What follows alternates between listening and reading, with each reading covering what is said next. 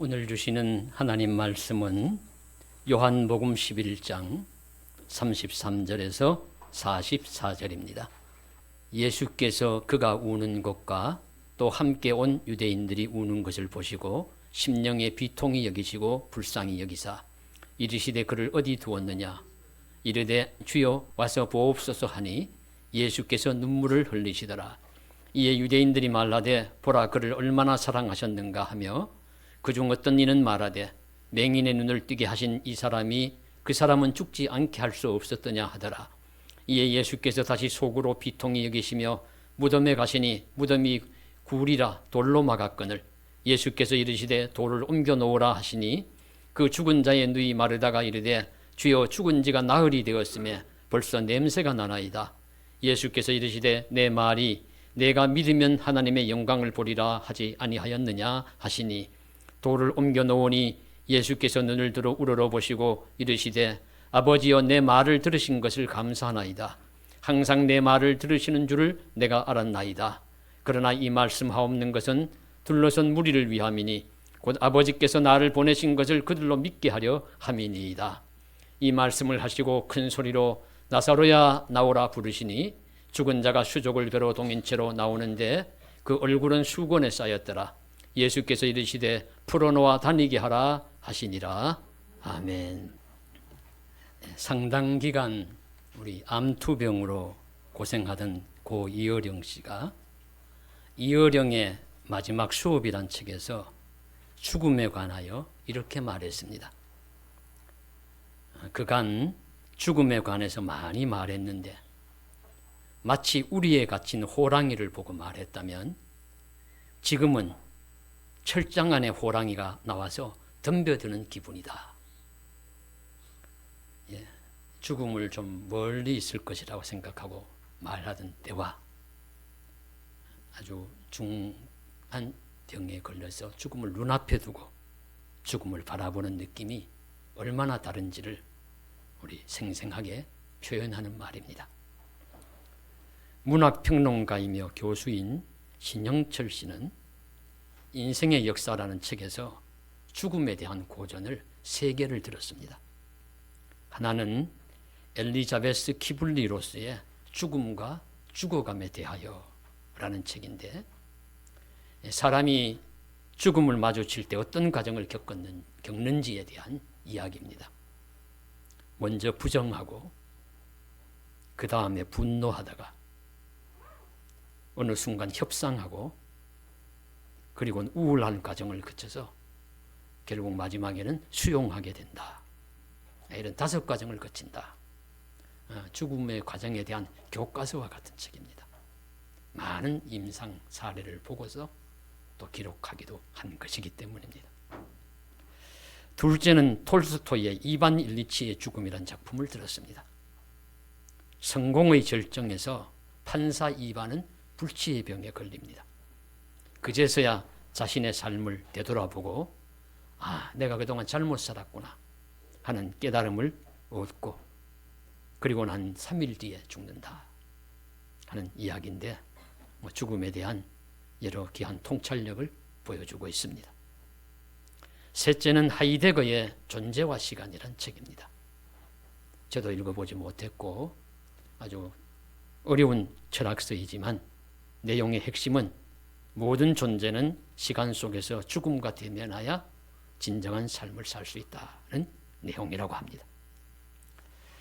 그러나 이런 유명한 책들이 있지만 그보다 더 죽음에 대해서 정확히 그리고 자세히 분명히 가르쳐주는 책은 성경입니다. 성경이야말로 죽음에 대한 것을 분명하게 가르쳐주는 교과서와 같습니다. 성경은 말씀합니다. 사람의 육체는 흙에서 왔다가 흙으로 돌아가고 영은 아버지께로 와서 아버지께로 돌아간다. 명확하게 말씀하시고 있습니다.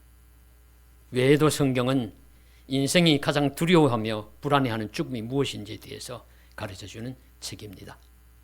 오늘 부활절을 맞아서 성경의 한 부분에서 우리 인생의 죽음에 관한 의미를 배울 수 있기를 원합니다. 첫째로 성경은 죽음을 다루면서 먼저 인간의 생명이 매우 소중하고 가치 있다 하는 것을 말씀하시고자 합니다. 죽음은 생명이 전제되어 있습니다. 생명이 있으니까 죽음도 있는 것입니다. 그래서 우리가 죽음을 생각할 때 생명의 가치와 소중함을 깨달아야 합니다. 그래서 예수님께서 마태복음 16장 26절에 사람이 만일 온 천하를 얻고도 제 목숨을 잃으면 무엇이 유익하리요? 사람이 무엇을 주고 제 목숨과 바꾸겠느냐 말씀하셨습니다. 그리고 또 오늘 말씀을 통해서도 예수님은 생명의 소중함을 보여주십니다. 오늘 말씀에 예수님과 이 땅을 예수님이 사시던 시대에 예수님과 가장 인간적으로 가까운 사람이 누굴까? 친밀한 사람이 누굴까? 그렇게 성경 말씀을 읽어보시면 나사로라는 것을 알 수 있습니다. 나사로에 대해서 오늘 11장 요한복음 11장 3절에 보시면 나사로가 이제 심한 중병이 걸려 죽어갈 때 그 누이들이 예수님께 통지를 보내요. 사람을 보내서 뭐라고 말하느냐 하면 주여 보시옵소서 사랑하시는 자가 병들었나이다. 주께서 사랑하시는 자가 병들었습니다. 그렇게 이제 표현을 합니다. 자, 이 말씀을 들으시고 예수님이 조금 지체를 하시다가 이제 나사로에게 출발하시면서 요한복음 11장 11절에 보면은 우리가 나사로에게로 가자 하시면서 우리 친구 나사로가 잠들었도다. 그렇게 말씀하세요. 우리 친구 나사로가 잠들었도다. 그리고 예수님이 이 세상에 오셔서 직접 사람을 보고 넌 나의 친구다. 사랑하는 자다. 이렇게 표현한 것이 거의 잘 나타나지 않습니다. 그런데 나사로의 경우에는 누이들이 당신의 사랑하시는 자가 병들었습니다. 내 친구 나사로가 잠들었다. 이렇게 표현할 정도로 나사로와는 아주 가깝고 친밀한 사이였다는 것을 우리 알 수 있습니다. 그래서 어떻든지 예수님께서 갈릴리 쪽에 계시다가 유대에 있는 그 베다니에 있는 나사로의 집으로 나사로가 사는 동네로 가셨습니다. 그때 가셨을 때 그 동네의 상황이 어떠하냐 하는 것이죠. 이미 나사로는 죽은 지가 나흘이나 되어서 동굴 무덤에 장사를 지낸 다음이었습니다. 그래도 아직 그곳에 사는 우리 동네 사람들과 우리 가족인 마르다와 마리아는 그 슬픔이 가시지가 않았어요. 아직도 슬픔이 남아있어서 장례 일정과도 같은 것이 진행이 되고 있습니다.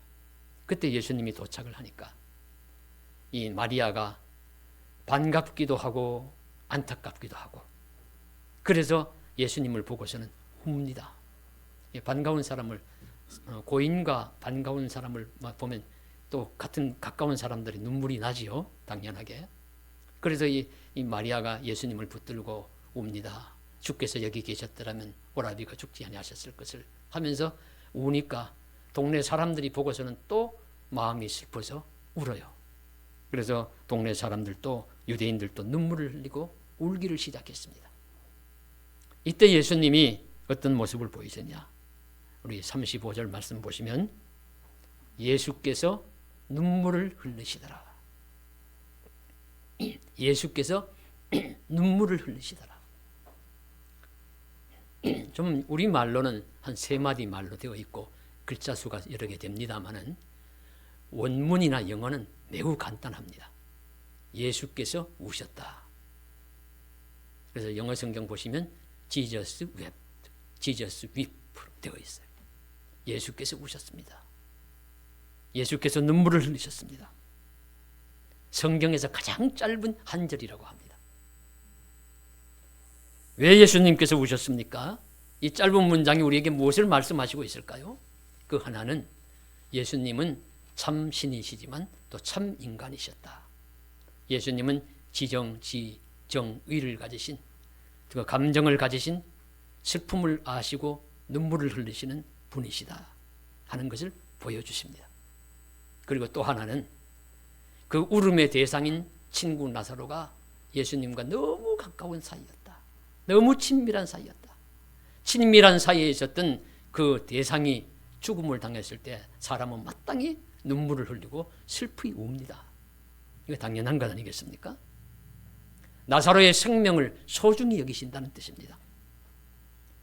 사랑하는 가치 있는 대상의 그 존재의 죽음에 대해서 안타까워하고 슬퍼하는 것입니다. 가치가 없거나 소중히 여기지 않거나 사랑하는 대상이 아니면 죽음에 대해서 슬퍼하지 않습니다. 우리가 모든 죽음에 슬퍼하는 것은 아닙니다. 이번에 러시아의 공연장에서 테러가 일어나서 많은 사람이 죽었습니다. 그 가까운 가족들도 많이 슬퍼했을 것이고요. 그 동포들은 굉장히 충격을 받았을 것입니다. 우리는 멀리 있고 얼굴도 이름도 모르지만은 그러나 그런 소식을 들으면 마음이 안타깝고 인간이 인간에 대해서 이렇게 생명을 소중히 여기지 않느냐 하는 것에 대한 슬픔과 또 안타까움이 있습니다. 그런데 그 테러를 일으킨 테러범이 사살이 되었다거나 체포되어 가지고 고통을 당한다거나 하는 것에 대해서는 사람이 슬퍼하지 않아요. 왜냐하면 그들 자신이 생명에 대해서 소중히 여기지 않았기 때문에 자기의 생명도 소중히 여김을 받지 않습니다. 그래서 그런 사람이 죽었다거나 사살되었다거나 체포되었다거나 하면 그런갑다. 잘 체포되었네. 그러죠. 우리 집에 기르는 우리 강아지만큼도 여기지 않습니다. 제가 말씀드린 적이 있습니다. 한 번은 교회에 있을 때 어떤 집사님 가정에 집에 기르던 강아지가 죽었는데 그 온 식구가 3일 동안 식음을 전폐하고 슬퍼하고 있다. 그래서 구역장이 그렇게 말해서 신방을 갔습니다. 신방을 가서 너무 슬퍼하지 마시고 위로받으시라고. 그러니까 슬픔의 대상, 슬픔의 사랑의 그 대상은 죽음에 대한 애도는 그 대상과의 거리나 사랑의 강도에 정비례합니다. 우리도 사랑하는 분들의 죽음 앞에 서본 적이 다 있으실 겁니다. 그때 슬픔이 얼마나 큰지는 말로 다 표현하기 어렵죠. 그러니 사랑하는 친구 나사로의 죽음 앞에서 예수님이 눈물을 흘리시더라. 이 마음이, 이 모습이 이해가 되십니다. 얼마나 사랑하셨으면 하늘의 하나님이신 예수님이 죽음에 대해서 슬퍼하시면서 우시느냐. 그런데 여기서 그 나사로의 자리에 내가 들어가야 합니다. 나사로의 자리에 나를 넣어야 합니다. 내가 들어가야 돼요. 나사로의 자리에 내가 들어가서 우리 자신을 대입해서 나의 죽음 또는 내 사랑하는 이의 죽음을 상상만 해도 눈에 눈물이 핑 도는데 나를 그 자리에 대입하면 어떻겠습니까? 나사로의 자리가 나의 자리고 나사로와 같은 나를 위해서도 주님은 생명을 존중히 여기시며 눈물을 흘리실 것입니다. 그래서 우리 성경에 나오시는 훌륭한 인물들에게는 나를 대입해 보셔도 돼요. 다윗의 자리에도 나를 대입해 보고 모세의 자리에도 나를 대입해 보고 요셉의 자리에도 나를 대입해 보고 다니엘의 자리에도 나를 대입해 보고 우리 베드로의 자리에도 나를 대입해 보고 나사로의 자리에도 나를 대입해 보면 나를 위해서도 주님은 이렇게 눈물을 흘리신다. 나를 위해서도 주님이 이렇게 내 생명을 소중히 여기시며 슬퍼하신다. 이 사실에 저와 여러분이 큰 위로와 힘을 얻으실 수 있기를 간절히 바랍니다. 많이 눈물을 흘리는 이야기들이 나오는데 성경의 여러 인물들이 다윗도 울고 모세도 울고 느헤미야도 울고 에스라와 그 함께한 백성들도 울고 베드로도 울고 요셉도 울고 다 웁니다. 그 중에 우리 친구 나사로의 죽음 앞에서 우신 예수님의 눈물을 우리가 기억하면서 그 생명을 사랑하시는 예수님의 모습이 우리 눈에 보이고 그곳에서 나의 생명도 소중히 계신다는 그 사실을 깨닫는 저와 여러분 되시고 그런 주님의 마음을 바라볼 수 있는 믿음을 가지시기를 주님의 이름으로 간절히 축복합니다. 둘째로 예수님은 사랑하는 나사로의 생명을 살리실 것입니다. 그러려면 생명을 살리는 예수님의 기적 앞에 놓인 큰 돌을 치워야 합니다. 상황을 보시죠. 그리고 예수님이 우시다가 이제 나사로의 무덤 앞으로 가요. 나사로를 살리기 위해서 가는데 그 유대인들의 무덤은 이제 무더운 지역이 가니까 동굴 안에다가 그 시신을 이제 그 천으로 싸서 안치하는 것이 장례라고 해요. 그러니까 나사로도 그렇게 장례를 지내고 무덤 문을 돌로 쾅 막아놨습니다. 그러니까 앞에 이제 돌이 있는 것이죠. 그래서 가서 예수님께서 저 앞에 있는 돌을 치워라, 돌을 옮겨 놓으라, 그렇게 말씀을 하죠. 그러니까 이 마르다가 있다가 아이고 선생님 좀 참으시지요. 그런 말씀입니다. 보면 선생님 벌써 죽은 지 나흘이나 되었습니다. 시체에서 냄새가 납니다. 뭐하러 돌을 옮기는 수고를 하겠습니까? 이게 이제 우리의 대답이에요. 우리들의 모습입니다. 말 이치에 맞지가 않습니다. 합리적으로 경험상 이성적으로 맞지 않습니다. 뭐하러 그런 수고를 하겠습니까? 그런데 예수님은 돌을 옮겨 놓으라, 돌을 치우라 말씀하십니다. 여기서 질문입니다. 왜 직접 돌을 치우시지 않고 사람들에게 돌을 치우라고 하셨을까요? 예수님은 능력이 있으신 분이 아닙니까? 바람과 파도도 잔잔케 하시고 물리도 걸으시고 말씀만 하시면 살아있던 무화과 나무가 그냥 뭐 하루 만에 그 죽음을 당하고 이렇게 하는데, 이렇게 하실 수 있는 분이신데 맹인의 눈도 뜨게 하시고 안전병이에도 일어나게 하시고 그러신데 왜 예수님은 사람들에게 돌을 치우라고 하셨을까요? 그것은 기적에 앞서 있는 장애물을 사람들이 할 수 있는 것은 사람들로 하도록 하십니다. 중요한 기적 앞에 놓여진 관건입니다. 우리 말씀을 보면 그런 부분이 많이 있습니다. 다윗이 골리앗을 이기는 것도 기적인데 다윗이 그냥 가서 골리앗 앞에 서니까 골리앗이 쓰러 넘어진 것이 아닙니다. 다윗은 물맷돌을 준비하고 물매를 준비하고 매끈매끈한 걸로 던져서 맞으면 죽을 만한 그런 아주 단단한 걸로 준비를 하고 골리앗 앞에 나가서 그를 충동시키고 재빠르게 뛰면서 던지고 할 거 다 해요. 그래도 하나님이 도우시고 은혜로 이긴 것이죠. 전체적으로는 하나님이 다 도우시고 지켜주셨으니까요. 오병이의 기적이 그렇게 놀라워도 예수님이 그냥 하늘에서 떡을 내려가지고 주신 것이 아닙니다. 뭐 먹을 것이 없느냐, 어린 나이에 것들이 바친 것이 있었고 그것을 무시하지 않고 제자가 받아가지고 또 예수님께 전해주고 예수님이 축소하시고 그리고 나누어 주라 해서 제자들 손으로 나누어 주고 사람들이 하는 일들이 있었어요. 사람이 할 수 있는 일들은 사람으로 하게 하십니다. 기적의 앞에 놓인 관건들입니다. 지난 주일 말씀 나눈 게네사렛 호수에서 베드로가 고기 잡을 때 고기 예수님 말씀에 의지하여서 그 고기가 많이 잡히느냐 안 잡히느냐 그보다는 더 중요한 관건이 뭐냐면 밤새도록 그물질해도 빈 그물질하고 나가서 해도 헛손질 할 것 같은데 베드로가 하느냐 안 하느냐가 더 중요한 관건입니다. 베드로가 했으니까 말씀에 순종했으니까 고기가 그물이 찢어지도록 잡힌 것이죠. 예수님이 하신 일에는 우리가 의심이 없습니다. 하늘의 하나님이시니까 전능하신 분이시니까. 문제는 내가 할 수 있는 것을 할 수 있느냐, 이것이 우리 믿음의 중요한 관건입니다. 오늘 무덤 문을 열라고 하면 그 문을 열 사람이 있을까요? 그만 참으시지요. 마르다의 대답이 합리적일 수 있지만 예수님의 말씀 앞에서는 순종해야 합니다. 주님의 말씀이 옳습니다. 말씀에 순종하여 우리 앞을 가로막고 있는 기적 앞에 놓여있는 걸림돌을 제거해야 합니다. 우리가 믿음 생활을 하면서 이 부분이 어렵습니다. 우리가 넘어야 할 관건이라는 점을 자주 깨닫습니다. 내 생각으로는 어려운데, 내 합리성으로는 이해가 안 되는데, 내 경험적으로는 불가능한데, 그런데 주님은 자꾸 하라고 하십니다. 주님이 정말로 하라고 하실 때는, 정말로 주님 말씀이 분명하다면 내 관념과 내 생각과 맞지 않아도 우리는 해야 돼요. 하면은 반드시 성공하게 되어 있습니다. 반드시 역사와 기적이 일어나게 되어 있습니다. 그걸 못해서 우리가 많은 어려움, 난관을 겪는 것이죠. 그래서 사람이 할 일, 내가 할 일이라면 먼저 해야 한다 하는 이 사실을 깨닫고 기적 앞에 놓여있는 무덤의 돌문을 치울 수 있는 저와 여러분 되시기를 간절히 소망합니다.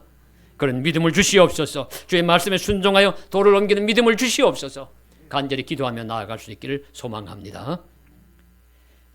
다행히 마르다는 자신의 생각을 줬고 예수님 말씀을 따랐어요. 이제 가족들이 허락을 했으니까 사람들이 돌을 옮겨 놓았겠죠. 그리고 이제 예수님께서 행동하실 차례입니다. 돌을 옮겨 놓으니까 예수님이 무덤을 향해서, 안을 향해서 나사로야 나오너라 소리를 지르십니다. 나사로야 나오너라. 그러니 죽은 자가 수족을 봉인 채로 나왔다고 해요. 풀어놓아 다니게 하라. 풀어놓으니까 살아난 사람이 됩니다. 그래서 언제인가는 다시 죽을 몸으로 살아난 것이니 이것을 부활사건이라고 말하지 않고 소생사건이라고 부르기도 합니다. 그래서 나사로의 소생사건. 이것이 우리 이성으로는 이해가 안 돼요. 누구 다 마찬가지입니다. 그러나 우리가 할 수 있는 것은 하나님을 믿으니 그분의 말씀을 믿습니다. 그분의 말씀인 성경을 믿으니 주님이 행하신 일을 믿는 것입니다. 유일하게 세상에 오신 하나님이시니 그분이라면 하실 수 있다는 믿음으로 우리가 믿고 아는 것입니다. 이것이 진실임을 성령의 도움으로 우리가 믿을 수 있기를 원합니다. 오늘 주목하고자 하는 것은 예수님이 나사로를 살리심으로 무덤을 비우셨다는 것입니다. 무덤은 죽음을 상징합니다. 그러므로 무덤을 비운 것은 죽음을 치우신 것입니다. 즉 우리 사람에게 가장 두려운 대적인 죽음을 치우신 사건으로 이 말씀을 바라보는 것입니다. 예수님은 죽음의 문제를 해결해 주시는 분이십니다. 인생의 가장 크고 두려운 대적인 죽음을 치우신 것, 죽음 무덤을 비우신 것, 이것이 나사로의 소생사건이 주는 중요한 메시지입니다. 사람은 누구나 죽음을 두려워하죠.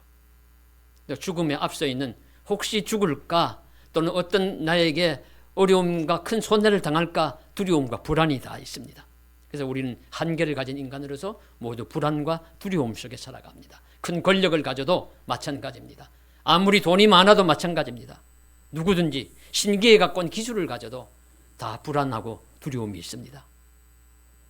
기계체조의 도마의 신이라고 불리는 양학선 선수에게 기자가 물었대요. 공중을 띄어서 돌 때 무슨 생각이 드십니까? 그가 하는 말이 공중에서 2초가 무섭습니다. 그랬대요. 많은 우리 명판결을 한다는 법관에게 물었습니다. 확신이 있습니까? 재판을 할수록 자신이 가진 확신이 사라지는 경우가 많다. 그래서 신앙인 한 법관은 하나님 제게 맡기지 마시고 하나님께서 친히 판단해 주십시오. 기도하며 나아간다고 합니다. 프로야구 투수였던 LG의 봉중구는 은퇴하면서 남긴 말이 야구공이 무섭다고 했습니다. 갑자기 건반이 두려워서 엉엉 울었다는 피아니스트도 있습니다. 기자의 대가들도 기사를 쓸 때 두려움을 느낀다고 합니다. 초보자일 때는 오히려 겁 없이 썼다고 해요. 대가라고 자신의 분야에 두려움이 없다는 말이 아닙니다. 대가일수록 많이 알수록 힘을 가질수록 오히려 자신의 한계를 깨닫고 두려움이 옵니다. 두려움과 불안은 한계를 가진 인간의 필연적인 과정입니다. 죽음이란 벽 앞에서, 무덤이란 대적 앞에서 누구나 사람은 피할 수 없게 두려워할 수밖에 없습니다. 성경은 이 진실을 잘 압니다. 그래서 이 두려움을 이기게 하시는 분이 예수님이라고 선언하십니다. 예수님으로 말미암아 두려움을 이길 수 있다. 그래서 무덤을 비우시는 예수님, 나사로야 나오너라, 나사로야 나오너라, 무덤을 비우고 나오너라 말씀하십니다. 그 무덤을 비우시는 예수님은 죽음을 이기시는 분이라는 것을 우리들에게 말씀하시고 있습니다. 그래서 나사로의 이 소생사건, 무덤을 비우는 사건은 죽음에 대한 맞불 작전과 같다. 죽음에 대한 맞불. 어떤 뜻이냐면요, 산에 불이 나면은 이렇게 불이 막 타서 한쪽 방향으로 타오면은 막 끄기가 어려울 때는 그냥 타오는 방향으로 불을 내버린다고 해요, 이쪽에. 그래서 이 불이 마주치면 더 탈 게 없어서 불이 꺼지도록 하는, 그걸 맞불 작전이라고 하는데, 우리 예수님께서 그런 면이 있습니다. 이 나사로의 죽음에서는요, 나중에 한번 읽어보십시오. 요한복음 11장 읽어보시면 충분히 더 빨리 가실 수 있었는데 마치 나사로가 죽을 때까지 기다렸다는지 좀 지체하십니다. 주여 사랑하시는 자가 병들었나이다. 근데 이거 빨리 가자. 빨리 가지 않아요. 지체하시다가 죽은지 나흘이 되었을 때야 도착하십니다. 그것은 나사로의 죽음을 통해 가지고 그를 다시 살림으로 죽음에 대한 맞불 작전, 죽음을 죽이시는 예수, 무덤을 비우시는 예수, 그것을 우리들에게 보여주시고 가르쳐 주신다고 믿습니다. 그래서 바울도 사도 부활장인 고린도전서 15장을 끝맺으면서 담대하고 강력하게 외칩니다. 사망아 너의 승리가 어디 있느냐? 사망아 내가 쏘는 것이 어디 있느냐? 사망이 쏘는 것은 죄요 죄의 권능은 율법이라. 우리 주 예수 그리스도로 말미암아 승리를 주시는 하나님께 감사하노라. 이후 우리의 인생이 가장 무섭고 두려운 적수인 죽음 사망을 이기신 우리 부활하신 주님도 빈 무덤을 보여주셨고 남겨두셨습니다. 그러므로 우리에게도 무덤을 비우고 다시 사는 영적 생명의 부활을 주실 것입니다. 이 믿음으로 우리 인생의 불안과 두려움을 이기기를 원합니다. 사망 권세를 이기신 주님 따라서 부활 생명을 얻는 저와 여러분 되시기를 주님의 이름으로 간절히 축원합니다. 기도드리겠습니다. 사랑하는 하나님 아버지, 부활 예수 믿음으로 우리의 영적 생명이 영원히 살 줄 믿습니다. 부활 영생 누리면서 우리 인생의 가장 큰 두려움이요 대적인 죽음을 죽이는 믿음을 가질 수 있을 줄로 믿습니다.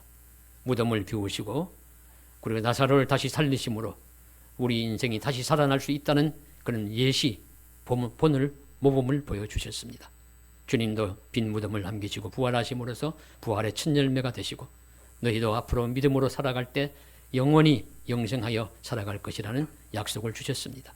이 믿음의 내용을 바라보면서 믿음 생활을 잘 할 수 있도록 저희들에게 힘과 소망 더하여 주시옵소서. 예수님 이름으로 감사하며 간절히 기도드리옵나이다. 아멘.